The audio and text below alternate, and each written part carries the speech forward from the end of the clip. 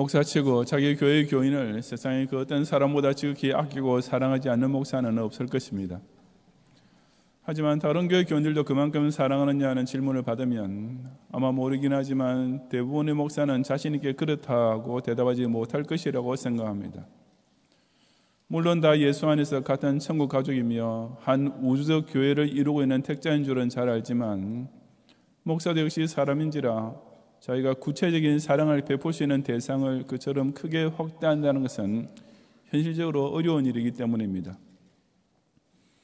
이런 점에 있어서 예외인 목회자가 한 명 있었는데 바로 사도 바울이었습니다.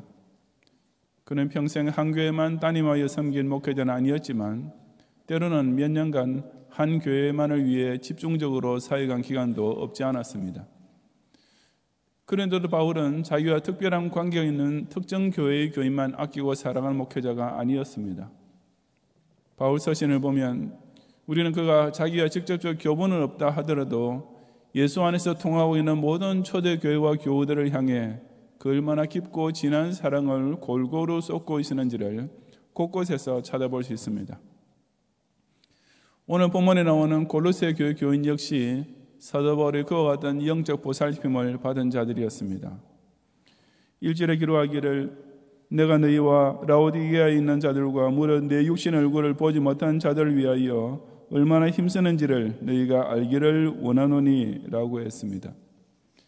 여기서 너희와 라오디게아에 있는 자들을 함께 언급하고 있는 이유는 골로새 시가 라오디게아 시와 가까이 위치하고 있었기 때문입니다. 내 육신의 얼굴을 보지 못한 자들이란 바로 골로새 교회 교인들과 라오디게아 교회 교인들을 함께 이끄는 말인데 사도 바울이 이때까지 그들을 직접 대면해서 만날 기회가 없었음을 의미합니다. 더욱이 바울은 이제 로마로 끌려와서 연금 상태에 있었기 때문에 골로새 교회 교인들을 한 번이라도 만나볼 기회는 그에 사라지고 있었습니다. 그런데도 바울은 여기서 놀라운 간증을 하고 있는데 그처럼 직접 만나보지 못한 골로새 교인의 교인들을 위해서 자기 나름대로 무척이나 힘을 쓰고 있다고 한 것이었습니다. 비록 너희를 직접 대면하지 못했지만 지금까지 내가 너희를 위하여 그 얼마나 애쓰며 노력하고 있었는지를 너희도 알아주기를 바란다라고 말했던 것입니다.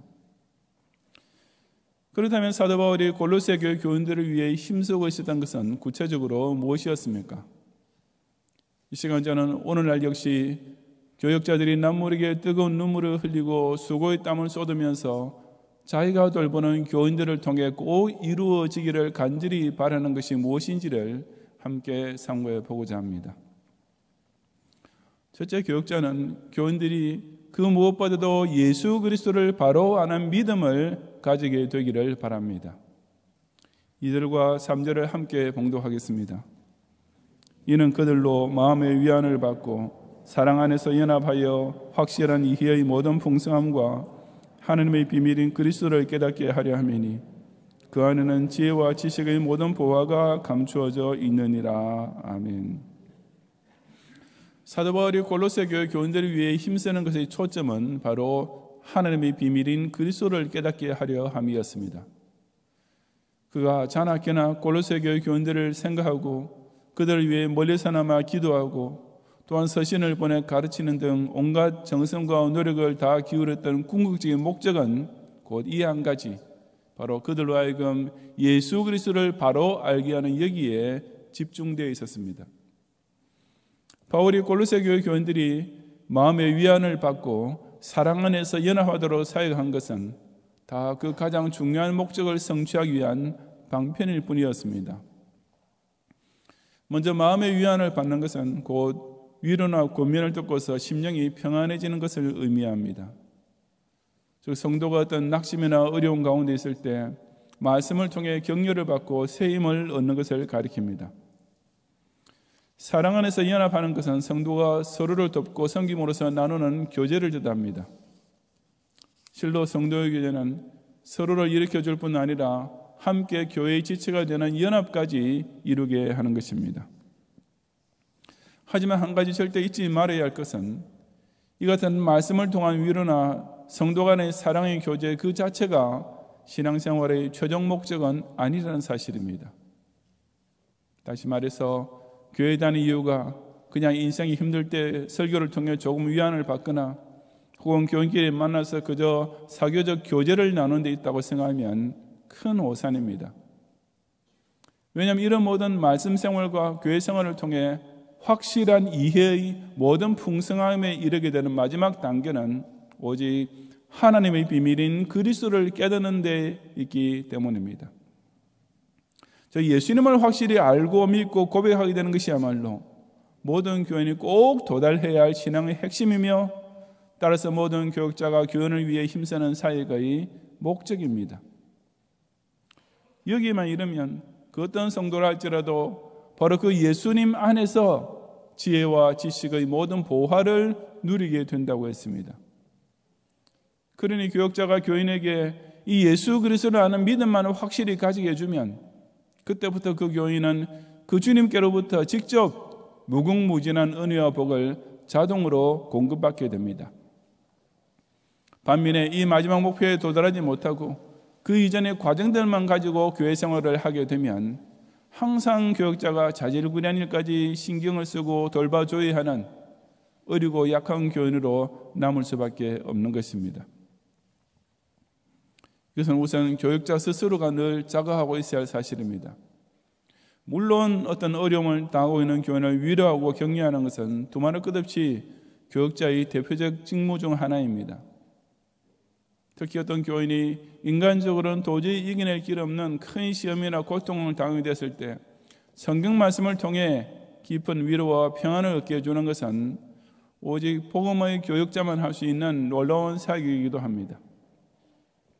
하지만 만약 자신의 존재의 의의를 여기서 멈춰버린다면 그 교역자는 영혼을 돌보는 청직이 아니라 그냥 인생 상담사 정도로 끝나고 마는 것입니다. 마찬가지로 교역자에게는 모든 교인을 교회 중심으로 서로 교제하고 한 마음으로 연합시켜야 할 직무도 있습니다. 교인들이 불신 이웃이나 친구보다 교회의 성도들과 더 자주 만나 서로 섬기고 함께 신앙 공동체를 세우게 만드는 것 역시 교역자가 반드시 해야 할 일임에는 틀림없습니다.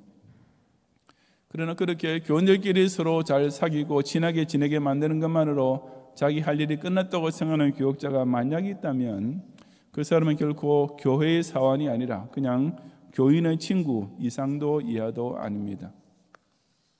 왜냐하면 교역자라는 직분은 그처럼 사람을 기쁘게 해주는 심부름이나 하기 위하여 주어진 것이 아니라 어디까지나 목재장 되신 주님께서 당신은 이런 양을 마지막 하나까지 찾기 위하여 세우신 구령의 직분이기 때문입니다. 그러므로 사람을 예수님 믿는 신자로 만들지 못하면 그 교역자는 변명의 여지 없는 실패자입니다. 아무리 좋은 말은 잘하고 대인관계는 좋다 하더라도 불신자를 전도하여 예수 신앙을 고백하도록 변화시키지 못하면 그 목사나 전도사는 어디까지나 게으르고 불충한 종일 뿐입니다. 교인 여러분도 마찬가지입니다. 오랫동안 교회 생활을 하면서도 항상 교역자가 베푸는 사랑과 도움에만 얹혀서 사는 교원들이 있습니다. 아니, 교역자로부터 그런 서비스를 받는 것이 자신의 당연한 권리쯤 되는 것으로 착각하는 교원들도 있습니다. 하지만 그런 사람은 평생토록 그야말로 아직 젖도 떼지 못한 약골 교원으로 남을 수밖에 없으며 실제로 교역자를 가장 힘들게 만드는 교인이 되고 마는 것을 깨달아야 합니다.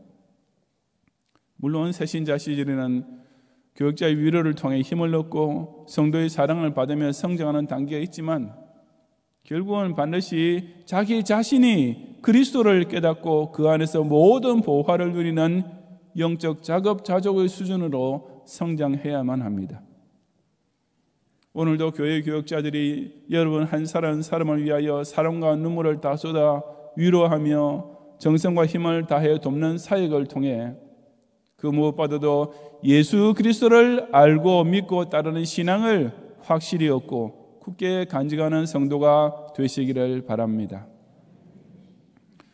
둘째로 교역자는 교인들이 계속 교회 중심으로 성화의 진보를 나타내기를 기다립니다. 4절과 5절을 함께 봉독하겠습니다. 내가 이것을 말하면 아무도 교묘한 말로 너희를 속이지 못하게 하려 함이니 이는 내가 육신으로는 떠나 있으나 심령으로는 너희와 함께 있어 너희가 질서 있게 행함과 그리스도를 믿는 너희 믿음이 굳건한 것을 기쁘게 봄이라. 아멘.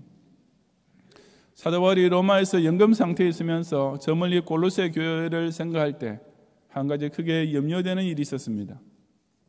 그것은 그 골로새 교회 교원들을 교묘한 말로 속이려 하는 이단이었습니다. 골로새서 전체를 살펴보면 당시 골로새 교회를 위협하던 이단의 무리가 몇 가지로 나타나고 있습니다. 대표적인 것이 유대교의 율법주의로서 예수 그리스도께서 완성해 놓으신 대속사에게도 불구하고 여전히 구약의 율법, 예를 들면 음식이나 절기에 관한 규례를 꼭 지켜야만 구원받을 수 있다고 주장한 이단이었습니다. 또한 영지주의로 알려진 이단도 있는데 그들은 교인 가운데 특별한 몇 사람만 깨달을 수 있는 어떤 신비한 영적 비밀이 있다고 주장하면서 자기네가 바로 그와 같은 영적 엘리트라고 자처했습니다. 그 외에도 금욕주의자라든지 천사 숭배론자 등 여러 종류의 이단이 그들의 교묘한 말로 골로새 교회 교인들을 미혹하고 있었습니다. 물론 사도 바울은 골로새 교회 교인들이 그 따위 이단 사슬에 쉽게 속아 넘어가는 약골이 되게 방치할 수는 없었습니다. 그래서 그는 비록 그들로부터 육신으로는 떠나 있었지만 심령으로는 그들과 함께 있으면서 그 골로새 교회 교인들이 그런 교묘한 이단 사슬에 넘어가지 않고 오로지 예수 그리스도만 확실히 믿게 만들기 위해 온갖 노력과 방법을 다 동원했던 것입니다. 그리고 바로 그 결과 바울은 골로새 교회 교인들의 신앙생활에서 질서 있게 행함과 믿음이 굳건한 것을 보게 되는 기쁜 결실을 거두었습니다.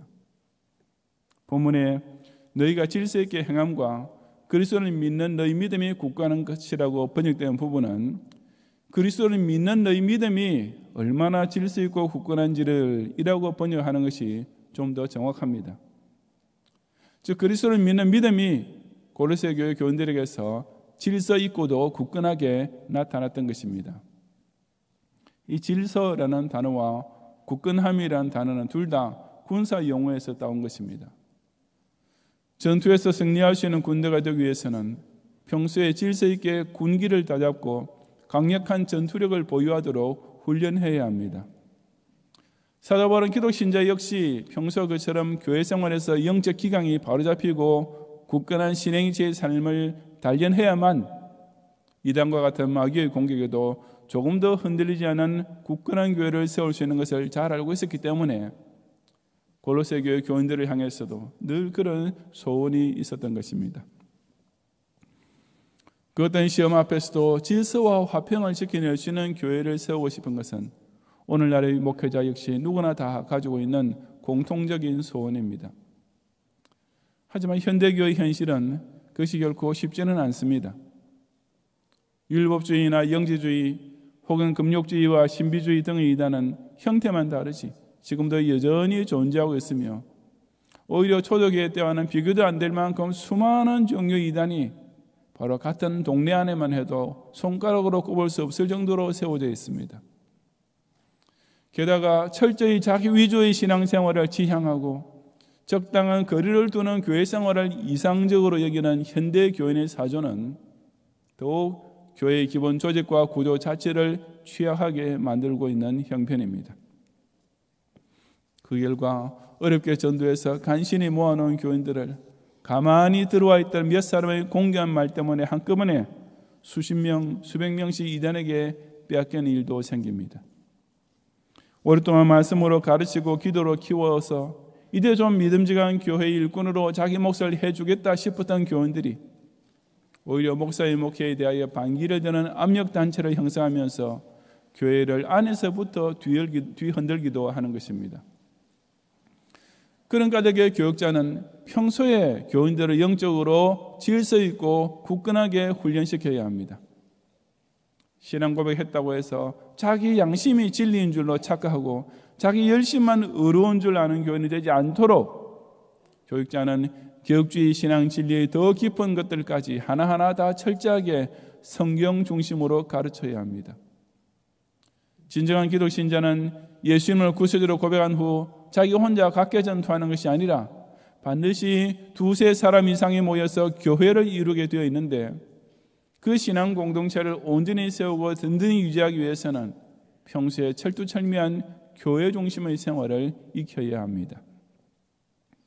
그러므로 교역자의 사명은 교원들이 예수 신앙을 고백하게 되었다고 해서 다 끝나는 것이 절대 아니라, 그 신자가 도중에 실족하거나 파산하지 않고 계속 성화될 수 있도록 영적으로 끊임없이 주마가편을 해야 합니다. 이런 교역자의 교훈과 훈련을 통해 자신의 신행일체의 삶이 날이 갈수록 더욱 질서 있고 굳건하게 자라는 성화의 진보를 나타내므로써 주의 종들에게 기쁨을 주는 성도가 되시기를 바랍니다. 셋째로, 교역자는 교인들이 항상 하나님 앞에서 넘치는 감사 생활의 은혜를 꼭 체험하기를 기대해야 합니다. 6절과 7절을 함께 봉독하겠습니다.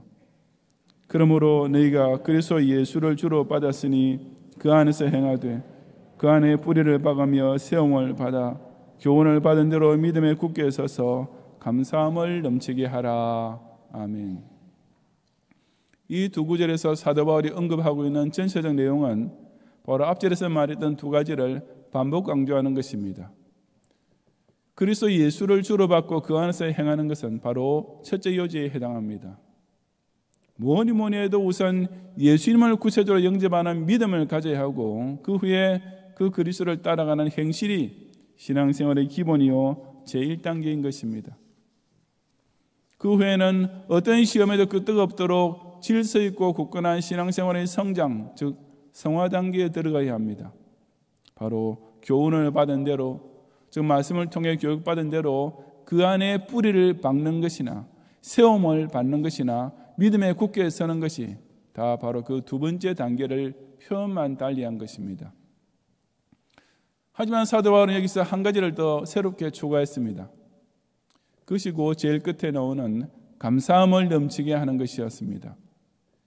이 구절은 사실 앞에 나오는 말을 전체적으로 수식하는 말에 해당됩니다. 즉 다시 번역하자면, 너희는 감사함이 넘치는 가운데 뿌리를 받고 세움을 입고 믿음에 더 굳게 서라는 뜻입니다. 감사 생활이야말로 성도가 일단 영접한 예수 그리스도에 대한 믿음을 더 깊게 뿌리받고 어떤 시험에도 끄떡도 하지 않는 굳건한 신자로 성장해가는 과정에서 필수 불가결한 촉매와 같은 것이기 때문입니다. 바꾸어 말하자면, 항상 감사가 넘치고 있는 성도에 대해서는 교역자가 그 교인의 신앙의 진실성을 조금 더 의심할 필요가 없고, 그 성화 생활에서의 성장 역시 착실하게 진행되고 있음을 확신할 수가 있습니다. 반면에 감사가 나타나지 않는 교인은 그야말로 아주 취약성 많은 교인이 될 수밖에 없습니다. 그런 교인의 믿음이란 것은 언제 쉬이 사라질지 모르는 것이며, 그런 교인의 교회 생활이라는 것은 약간의 시험만 닥쳐도 금세 넘어지기 십상이기 때문입니다. 바울이 골로새 교회 교인들을 향한 소망을 말하면서 이 감사 생활을 마지막으로 강조한 이유도 그 때문이었습니다. 다시 말해서 하나님께 마음으로 그리고 물질로 감사드릴 줄 아는 것은 이미 첫 번째와 두 번째 단계를 통과하고 있을 뿐 아니라 가장 건전하고 아주 건강하게 신앙생활을 잘 영위하고 있다는 확실한 증거가 되는 것입니다. 교인들이 얼마나 예수 그리스도를 잘 깨닫고 믿고 있는지 목사가 그 마음속에까지 들어가서 살펴볼 수는 없습니다. 교구 교인들이 앞으로 혹닥치게 될지 모르는 시험 가운데서도 지혜롭게 잘 대처하고 넉넉히 이길 수 있는 질서 있고 굳건한 신자로 성화되고 있는지를 전도사가 매일 그 뒤를 따라다니면서 점검할 수는 없는 것입니다. 하지만 그것은 그 교인이 평소에 하나님 앞에 감사하는 마음과 정성이 어떠한지를 보면 간단하고도 정확하게 알 수 있습니다. 상을 당한 교인의 가정에 위로 예배를 드리러 갔을 때 그 유가족이 인간적인 큰 슬픔 중에도 하나님께서 내주시는 위로와 천당 소망에 대하여 감사를 드리면 신방을 갔던 교육자가 오히려 은혜를 받고 돌아오게 됩니다. 처음에 만났을 때는 주일 헌금조차 인색하기만 하던 교인이 이제는 11조는 물론이요 수시로 구체적인 감사 제목과 함께 감사 헌금을 기쁨으로 바치는 것을 보게 되면 그 교인의 신앙생활 전부가 다 형통하다는 것은 아주 명백한 사실이 아니겠습니까? 그런 교인들을 보게 될 때 목사나 전도사는 자신의 사역에 대해 말할 수 없는 희열과 보람을 맛보게 되면서 그야말로 용기 백배 사기 충천하게 됩니다. 그러니 하나님께 넘치는 감사를 드리는 것이야말로 여러분이 교역자에게 줄 수 있는 최고의 기쁨이요 경륜입니다. 그것은 여러분이 교역자에게 감사 인사 치레를 하는 것이나 무슨 선물을 주는 것과는 비교조차 될 수 없습니다. 교역자의 희생과 눈물이 여러분의 올바른 신앙의 정립과 착실한 성화 생활의 진보를 통해 열매를 맺고 있다는 사실을 가장 명백하고 확실히 증언해 줄 수 있는 넘치는 감사 생활을 부지런히 보임으로써 주의 종들의 마음을 가장 시원하게 해주는 성도가 되시기를 바랍니다. 성도 여러분, 사도 바울은 골로새 교회 교인을 향하여 그와 같은 간절한 세 가지 소원이 있었습니다. 예수 그리스도를 바로 깨닫는 믿음, 질서 있고도 굳건한 생활의 진보, 그리고 이 모든 것을 구체적으로 증언해주는 감사생활. 그는 육신으로는 떠나 있지만 심령으로는 늘 함께 있던 골로새 교회 교인에게서 이 세 가지가 꼭 나타나기를 간절히 바라는 마음을 가지고서 그들을 위해 기도할 때나 그들에게 서신을 보내 가르칠 때나 항상 최선을 다해 힘쓰고 있었던 것입니다. 저를 위시하여 우리 경양교회 모든 교역자가 여러분을 위해 힘쓰는 것 역시 오로지 이 때문입니다. 교역자는 여러분의 육신적 어려움을 돕기 위하여 있는 사람이 아닙니다. 그러므로 교역자는 무슨 사회사업가처럼 여겨서는 안 됩니다. 또한 교역자는 여러분의 심심풀이 대상도 아니며 화풀이나 할 대상은 더욱 아닙니다. 여러분은 교역자를 그처럼 자기 종처럼 여기는 죄를 부주전에도 저질러서는 절대 안 됩니다. 이 경양교회의 모든 목사와 강도사와 전도사들은 오로지 여러분을 그리스도의 정결한 신부로 중미하기 위하여 죄악을 노심초사하고 자기 인생 전체를 하늘이 썩는 미랄처럼 바쳐 섬기고 있는 주님의 종이기 때문입니다. 사도 바울은 데살로니가 교회 교인들에게도 우리의 소망이나 기쁨이나 자랑의 면류관이 무엇이냐?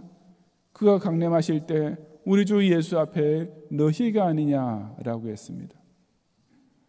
바울은 예수님께서 재림하실 때 그 주님 앞에 자기뿐 아니라 너희, 즉 지금 그가 그 편지를 보내고 있던 데살로니가 교회 교인들도 함께 서게 될 것을 알고 있었습니다. 자기가 데살로니가의 회당과 야손의 집에서 복음을 전파함으로써 예수님을 구세주로 영접하게 했고 그 직후 유대인들이 폭력배까지 동원해 핍박하는 바람에 자기는 급히 떠날 수밖에 없게 된 후에도 계속 믿음의 역사와 사랑의 수고와 소망의 인내 가운데 성화되고 있던 그들과 함께 예수님 앞에 서게 될 것은 바울의 상상만 해도 신으로 가슴 뿌듯하기 짝이 없는 일이었습니다. 그래서 예수님 재림 때는 그 데살로니가 교회 교인들이 바로 자신의 자랑의 면류관이 될 것이라고, 즉 전도자라는 사명인으로서 예수님께 보여드릴 최고의 자랑거리가 될 것이라고 뜨겁게 간증했던 것입니다. 저를 비롯한 경양교회 교역자들에게도 바로 우리 경양교회 교인들이 재림하실 예수님 앞에서 최고의 자랑거리가 될 것입니다. 예수님, 제가 이 사람을 교회에 나오게 하려고 처음에는 정말 많은 핍박을 당했습니다. 하지만 끝까지 낙심하지 않고 결국 전도해서 이제 이처럼 주님 앞에 같이 서게 되었습니다. 우리 교회의 교구 담당 전도사님, 강도사님, 목사님이 예수님께 이렇게 보고하게 될 순간을 한번 상상해 보시기 바랍니다. 제가 이 학생을, 이 어린이를 개혁주의 신앙의 신전인격자로 키우려고 온갖 마음고생도 참 많이 하고 눈물의 기도도 수없이 올렸었는데 결국에는 이 자리까지 함께 오게 돼서 얼마나 기쁜지 모릅니다.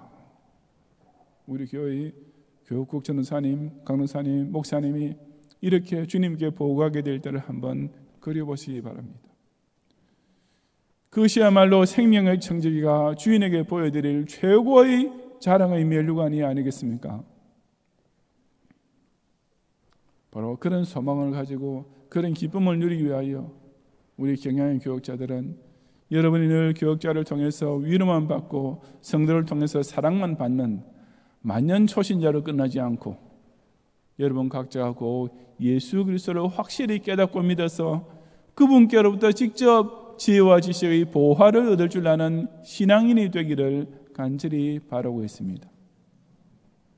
우리는 여러분이 걸핏하면 주일 예배 출석마저 빼먹기를 예사로 여기고 약간의 시험에도 아예 믿음에서 파쇄내버리는 초보에서 제자리 걸음하지 않고 이제는 좀 더 질서 있고 굳건한 교회 중심의 신행일치를 통해 성화의 진보를 나타내기를 기다리면서 오늘도 여러분을 위해 부지런히 가르치며 기도하고 있습니다. 여러분이 교인 등록은 되어 있지만 도대체 정말 신앙이 있기는 한지조차 확신이 서지 않는 이름뿐인 교인이 아니라 감사의 찬송과 감사의 기도와 감사의 간증과 감사의 헌금을 통하여 진정 하나님을 영화롭게 하고 그분을 즐거워할 줄 아는 신전 인격자인 것을 보여줄 때 저와 우리 모든 경영의 교역자들은 그야말로 더욱 사기충천하여 죽도록 충성하게 되는 것입니다. 예수님을 깨달아 하는 신앙과 교회 중심 생활의 성화와 기쁨과 정성이 넘치는 감사를 통해 경영의 교역자들의 사역에 많은 격려와 힘을 더해주는 가운데 또한 자신의 신앙생활에서도 그 교역자들이 섬기는 이 경영초장을 통해 더 풍성한 은혜와 복을 누리는 성도가 되시기를 주님의 이름으로 축원합니다.